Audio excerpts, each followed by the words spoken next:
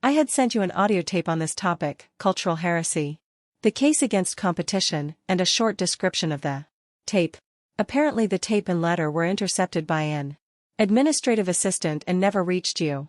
If you are interested in exploring this topic further, I can resend you the tape. You claimed that the most important measurement of our success was the percentage of the information technology budget we had for each customer. This seems to me to be a case of limited thinking. A percentage is finite and can never get larger than 100. Using this metric, any gains one company makes has to be at the expense of one or more other companies.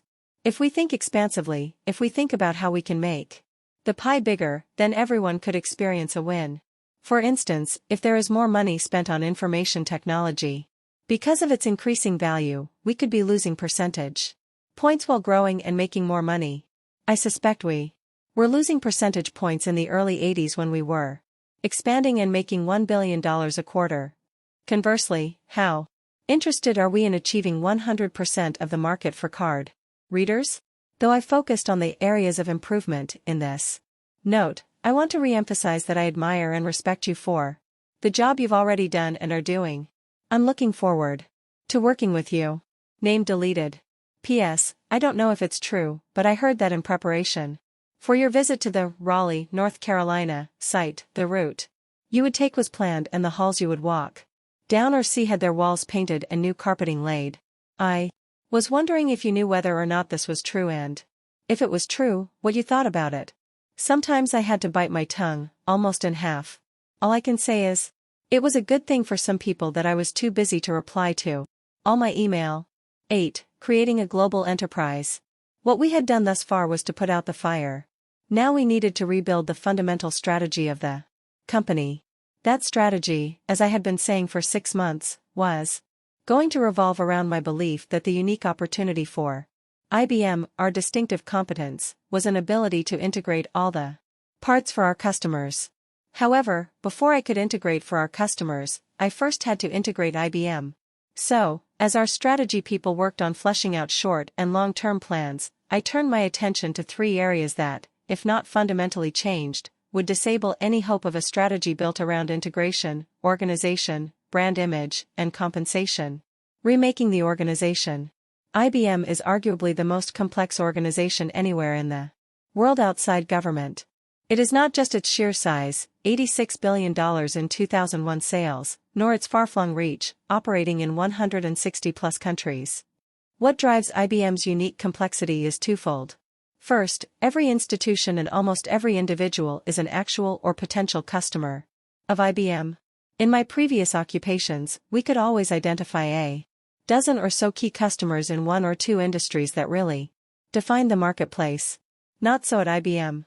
We had to be prepared to serve every institution, every industry, every type of government, large and small, around the globe. The second complexity factor is the rate and pace of the underlying technology. Again, in prior incarnations, my management team and I could identify 4 or 5 companies or organizations that had been our competitors for the past 20 years and would probably continue to be our competitors for the next 20. In the information technology industry, literally thousands of new competitors sprang up every year, some in garages, some in universities, some in the hearts and minds of brilliant entrepreneurs. Product cycles that used to run for 10 years dwindled to 9 or 10 months. New scientific discoveries overwhelmed planning and economic assumptions on a regular basis. It is not surprising, therefore, that in the face of this large global span and uniquely diverse set of customers and an ever-changing technological base, organizing IBM was a constant challenge. One other factor made it particularly interesting, the nature of the IBM employee base. We are not a company of management and workers. We are a company of 300,000 plus professionals, all of whom are bright, inquisitive, and, alas, opinionated. Everybody had his or her view of what the first priority should be and who should manage it. As IBM grappled with this recipe for cacophony, the company evolved over the years in 2 directions: powerful geographic units that dealt with IBM's global reach, and powerful product divisions that dealt with the underlying technological forces. Missing from this structure was a customer view. The geographic regions, for the most part, protected their turf and attempted to own everything that went on in their region. The technological divisions dealt with what they thought could be built, or what they wanted to build, with little concern about customer needs or priorities. I had experienced this firsthand at American Express and was determined to see it changed soon. There had been 11 different currencies in which the American Express card was issued when I arrived. There were more than 29 when I left. As we moved the card around the world, we needed common systems from IBM, our primary information technology vendor, and we needed support in every major country in the world. I was always flabbergasted to find that when we arrived in a new country, Malaysia or Singapore or Spain, we had to re-establish our credentials with the local IBM management. The fact that American Express was one of IBM's largest customers in the United States bore no value to IBM management in other countries. We had to start over each time, and their focus was on their own country profit and loss, not on any sense of IBM's global relationship with American Express. The same was true of products. Products used in the United States were not necessarily available in other parts of the world. It was enormously frustrating, but IBM seemed to be incapable of taking a global customer view or a technology view driven by customer requirements. One of my first priorities was to shift the fundamental power bases inside IBM. In the United States alone, there was a national headquarters, 8 regional headquarters, multiple area headquarters under the regions, and, finally, local units called trading areas. Each was run by a profit center boss who sought aggressively to increase his or her own resources and profits. Say a banking client in Atlanta wanted a solution involving retail banking. Never mind that the best banking experts were in New York City or Chicago. The local boss would often ignore those resources and use his or her own people. One day I looked at the financial newswires and was shocked to see that IBM's trading area for Alabama and Mississippi had sent to the media its own earnings news release. Staff units abounded at every level. Outside the United States, the structure was even more rigid, like in Europe, with its 23,000 support people. Other IBMers practically had to ask permission to enter the territory of a country manager. Each country had its own independent system. In Europe alone we had 142 different financial systems. Customer data could not be tracked across the company. Employees belonged to their geography first, while IBM took a distant second place. Breaking up the fiefdoms. I declared war on the geographic fiefdoms. I decided we would organize the company around global industry teams.